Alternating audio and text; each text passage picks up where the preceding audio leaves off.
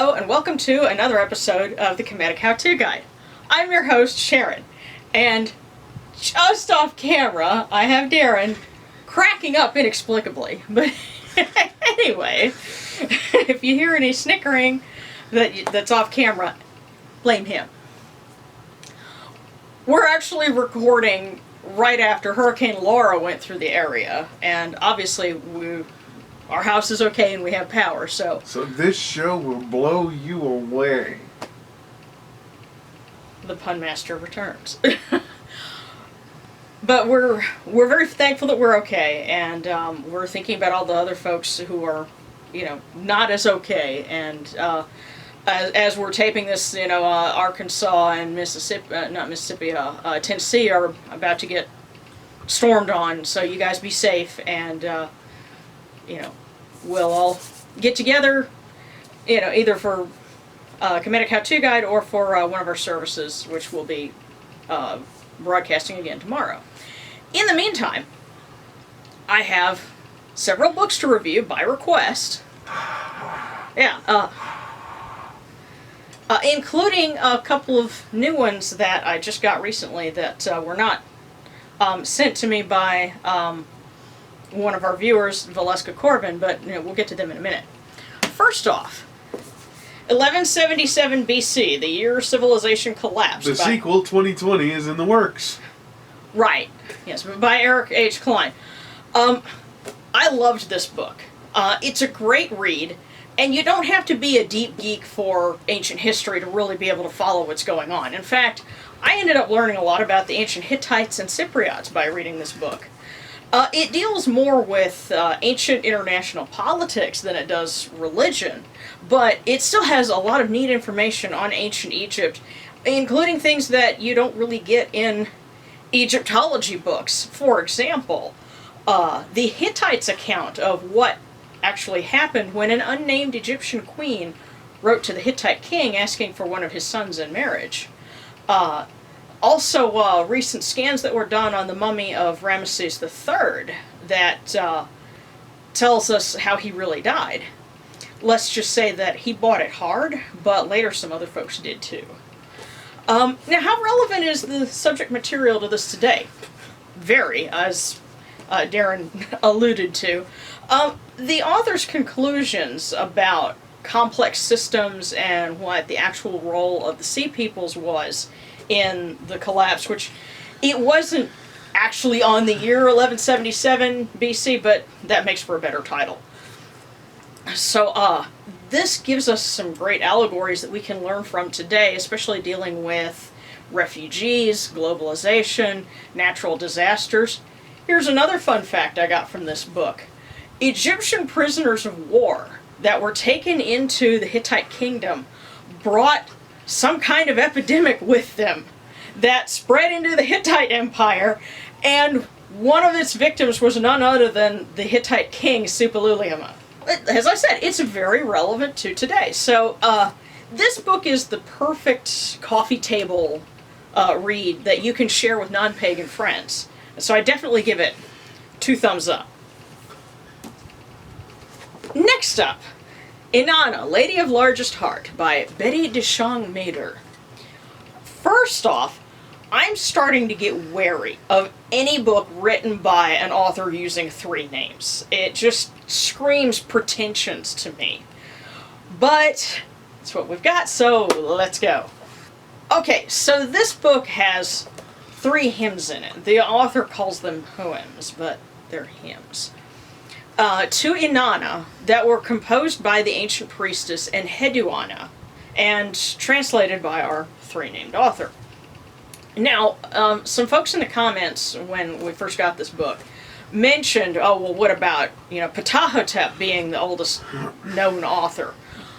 Well, here's the thing. Scholars of Egyptology, like Miriam Lichtheim, date the oldest copies we have of, the oldest verifiable copies of the instructions of Ptahhotep to about the 6th dynasty, which would have been concurrent with Enheduanna, daughter of Sargon of Akkad, in Sumer. So they're about neck and neck. We could discover something tomorrow that changes everything. And keep in mind, it doesn't have to be, finding something in the sand. There's enough stuff that is sitting in museum archives and hasn't been translated yet, that, there are surprises, that, are waiting to be found, that, again, could change our understanding of the beginnings of literature. But for the time being, we can fairly say that Enheduanna and Ptahhotep are the oldest known authors, and they're about concurrent with each other. That issue addressed. The author who did this book actually bothered to learn Sumerian cuneiform and worked with grad students and staff at UC Berkeley in order to translate these hymns. So kudos to her for that. She renders them as free verse poetry, which I think that's a little bit of a modernizing approach. But then again, we don't really know when the line breaks in the ancient texts, in their physical form, don't really give us an idea of when they meant for, a sentence or paragraph, and they didn't have paragraphs as we understand it. So, the argument could be made for how she did it being just as valid. So, what's interesting is the meanings, the way she translated it is pretty faithful if you compare it with the electronic text corpus of Sumerian literature, which even the initials are, hard to remember, but it's online, and you can compare side by side with what they translated and what our author here translated, and it's pretty faithful. Just to give you a little bit of an example, the ETCSL version, and then from Lady of Largest Heart. It's picking up from poem 3, or hymn 3. The other version, it must be known. She says, proclaim. It must be known, or proclaim.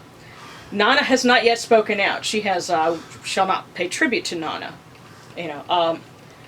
Be it known, I proclaim that you are lofty as the heavens, where she put that you are as exalted as An, who was, the god of the heavens. Be it known, proclaim that you are broad as the earth, where she's as wide as the earth. So you see, it's very, very similar, and that much, that gives you, a good sense that her translations are not full of crap. However, my complaint is that when she opines about the origins of Sumerian goddesses and the evolution of religion, she puts way too much emphasis on menstruation and lunar cycles.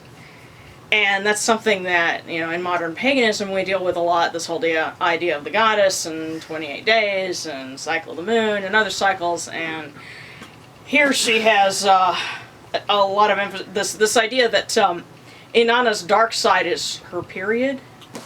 What? Reach for it. Reach for it. Yeah. No. She also falls into that New Age trap of nature-centered Neolithic goddess religion versus the warlike, phallic, sky father religion. And true to form, she cites the work of Murray Hagimbutis, who first posited this idea of a universal, prehistoric, golden age of goddess religion, which is crap. In counter to that idea, because there's a whole lot of counter-argument as to why her ideas about, being Gimbutis's ideas about, a goddess religion and the figures that she interprets as goddess figures might be something else, and, a whole lot of things. If you get this book instead, it is Women and Goddess Traditions in Antiquity and Today, edited by Karen L. King. There's a lot of different scholarly articles in here. This was originally a symposium, and everybody's presentation got put together, in this book. It's a long book, it's very involved, but it goes from Hinduism and Buddhism into the ancient Mediterranean and then into goddess traditions today, and asks a lot of really valid questions. About like where goddesses are worshipped, are women really better off? The answer can be rather surprising. But when it comes to this idea of a goddess embodying pregnancy or menstruation, which are kind of connected, there's a quote here that I really like, and I think it sums up the whole argument. And it is by Judith Auction, and it's in her essay, Goddesses and the Lives of Women. And she says, fixing the distant origins of great goddess worship in the female's ability to reproduce is biological reductionism at its most pernicious. In other words, we women are sick of being objectified and being reduced to just our bodies. Why are we making our bodies a goddess? Why are we making our menstrual cycle a goddess? And I kind of agree with that point. And so that's why I highly disagree with anything that Betty DeShong Mader has to say herself in this book. But the hymns are of value. So if you get this book, that's its greatest value. And it's always good to have more than one translation of a text that you really want to understand. And what else is useful about her rendering is it's easy to read aloud. And especially if you're doing ritual work, that comes in handy. Just take her interpretations with a huge grain of salt, and do more reading if you want to learn more about early Sumerian culture. And that's something that, even I don't know nearly as much about that as I do about ancient Egypt. So I'd have to, invite my friends who are Sumerian pagan to suggest good books in the comments for you. So to get away from, ancient religions and pagan reconstructionism for just a minute, the other book that we got is Transformers and Philosophy, More Than Meets the Mind, edited by John R. Shook and Liz Stillwagon Swan. This is a collection of essays dealing with various theories of Western philosophy, as exemplified in the Transformers universe. And there is also a Star Wars one, and you've got that on your table. Some of the essays deal strictly with the G1 series and comics, which, was awesome, and, it was great to see those references in there.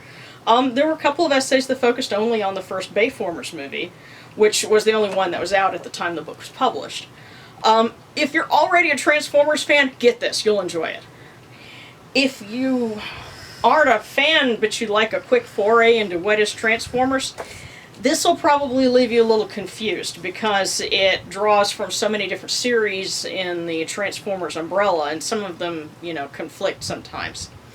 However, if you do want a quick run-through of the original Transformers series, which you can always do if you're on Facebook, is go to my Transformers A Simple Choice fan film page, because I put together a video playlist that includes highlights from the original series. I took all, 4 seasons, 3.5, depending on how you look at it, and condensed it into about 6 hours from originally 98 episodes. So that was a lot of condensing. But it's, by editing it, we were able to put it in something of a linear, timeline. You could follow the story a little bit. And my fan film is kind of right in the middle of it. So it's a great thing if you wanted to, introduce yourself or your kids to the original series without having to buy a whole box set and, try to slog through it. It'd be a lot easier to binge, the highlights. So that's something you can check out. But my 2 favorite essays that are in here are Beyond Good, ? Beyond Evil, ? Beyond Your Wildest Imagination, which is a reference to the tagline from the original movie poster. The essay is by Adam Barkman, and there's another one, Megatron Fascist Philosopher, by one of the editors, John R. Shook.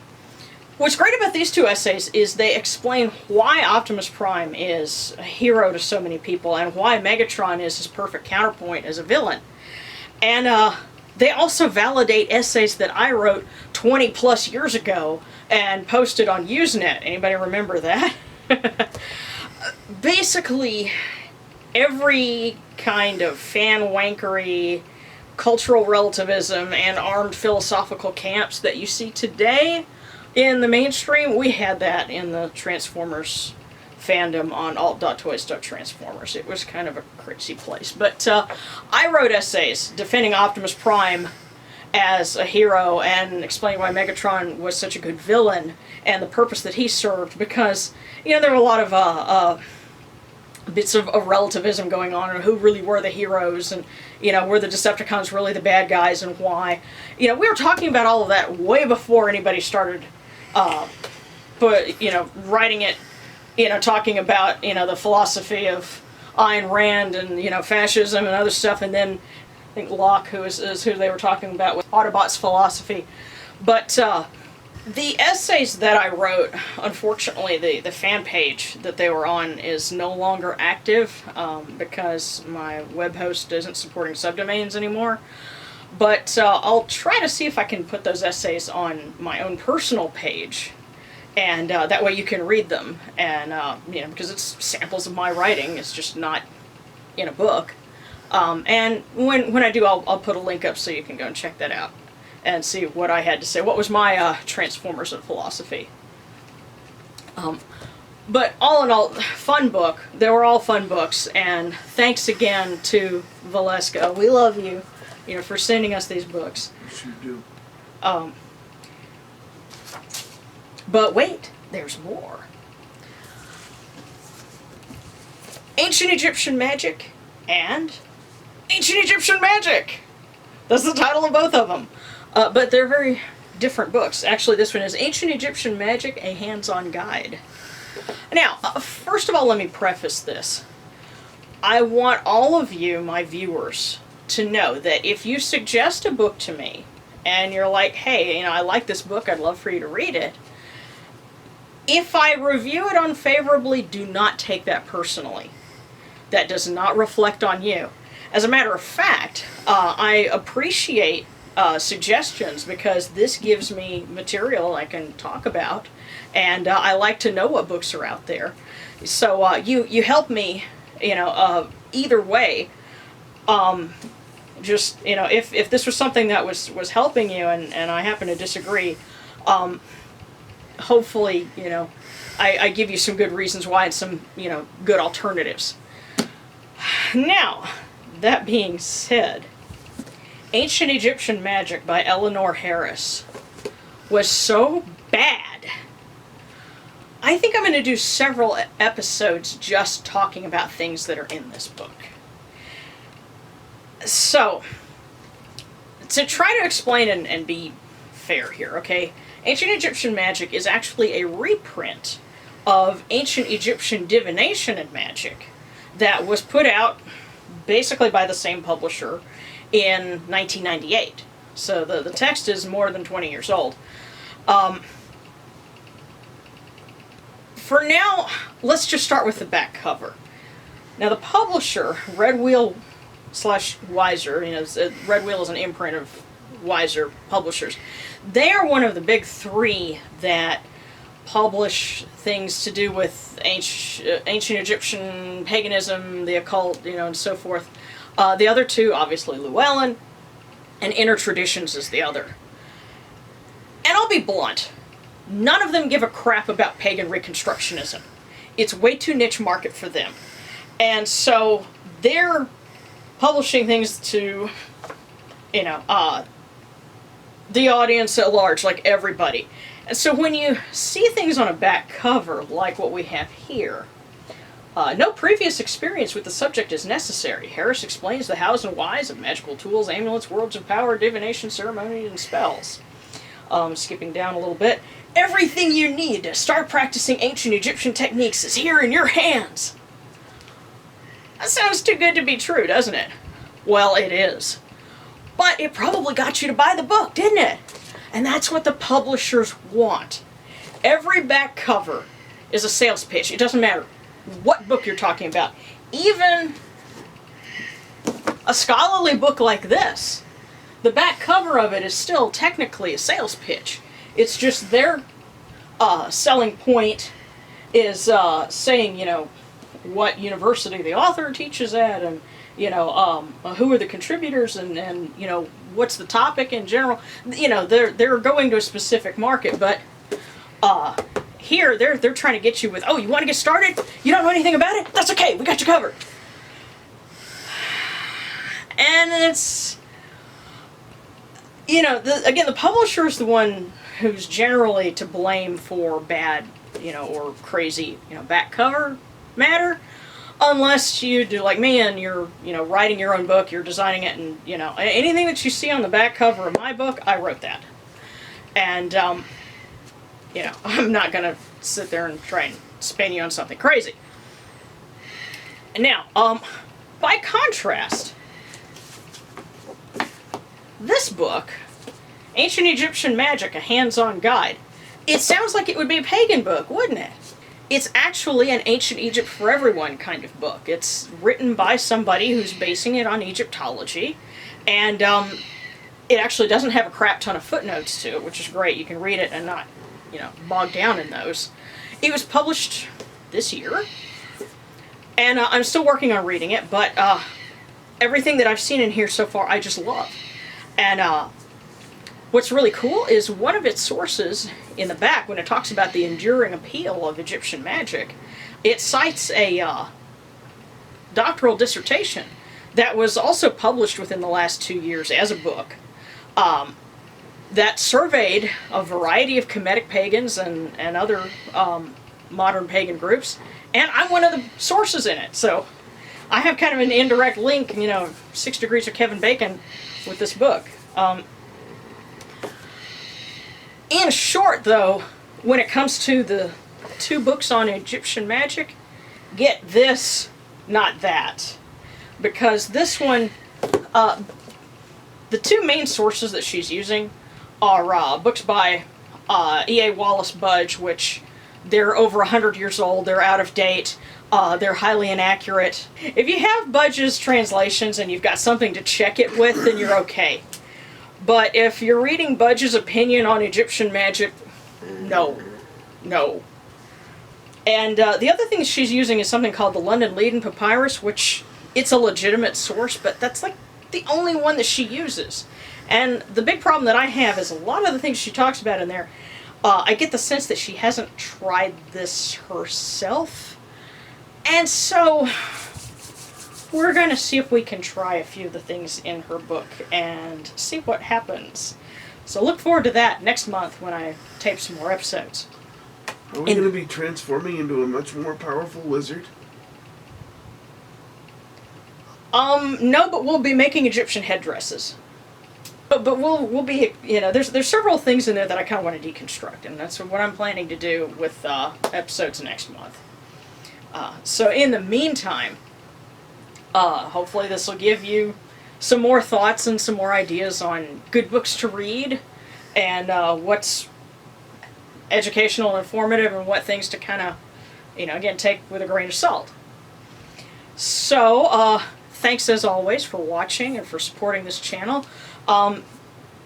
Don't forget, you know, subscribe on Patreon, and if you subscribe for a month or so and then you can't afford to keep that going, that's okay, we understand, and you know, we love you anyway, and you know, hopefully you get to enjoy, you know, the exclusive content while you're there, and you know, we'll have more stuff as we go along. Thanks for your support. Yes.